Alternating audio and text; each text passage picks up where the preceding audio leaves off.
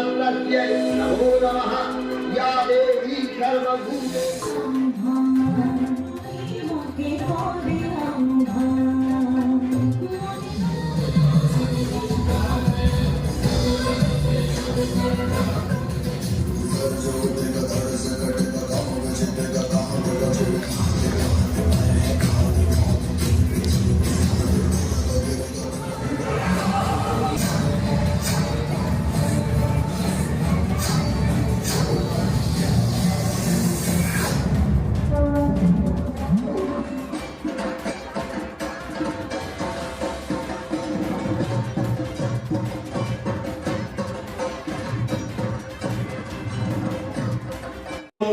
ভারত সেবাশ্রম সংঘকে চালাচ্ছে।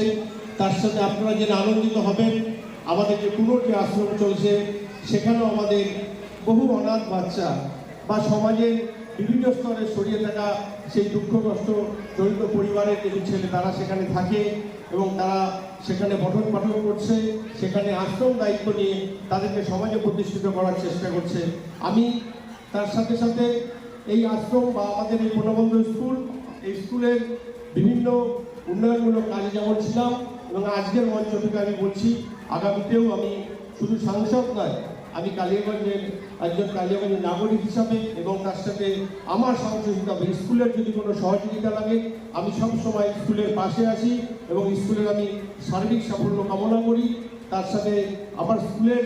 যারা ছোট ছোট আমার পড়ুয়ারা রয়েছে আমি তাদের উজ্জ্বল ভবিষ্যৎ কামনা করি, কারণ আগামী দিনে আমাদের এই শিশুরাই পথ দেখাবে, আমাদের নবপ্রজন্ম পথ দেখাবে। আমাদের মধ্যে কেউ হয়তো রাজনৈতিক নেতা হবে, কেউ হয়তো আমাদের সমাজ প্রতিষ্ঠিত করার জন্য ডাক্তার ইঞ্জিনিয়ার তো সবাই হতে পারে, কেউ হয়তো দেশনেতা বা রাষ্ট্রনেতা হবে এবং তার সাথে সাথে আগামী দিনে আমাদের সমাজকে পথ দেখাবে। ঠিক তেমনি আমি আজকে এই মঞ্চ থেকে আপনাদের সবাইকে আমি আর একটা অনুরোধ করি, এক ভারত শ্রেষ্ঠ ভারত, ভারত জগৎ সভায় শ্রেষ্ঠ আসন লবে। তাই জন্য আমরা ভারতকে শ্রেষ্ঠ করতে হলে আমাদের প্রধানমন্ত্রী মোদীজির যে লক্ষ্য,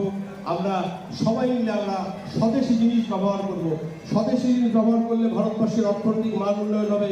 আর অর্থনৈতিক মান উন্নয়ন হলে ভারত পৃথিবীর মধ্যে শ্রেষ্ঠ জায়গায় পৌঁছে যাবে। আজকে আমরা চতুর্থ অর্থনীতিতে পৌঁছে গেছি, আগামীতে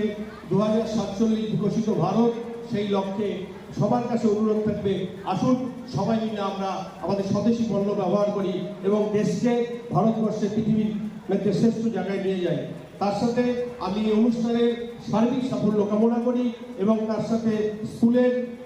আরও দিন দিন অগ্রগতি হোক সেই কামনা যেমন করি এবং তার সাথে মহারাজ যেভাবে আমাদের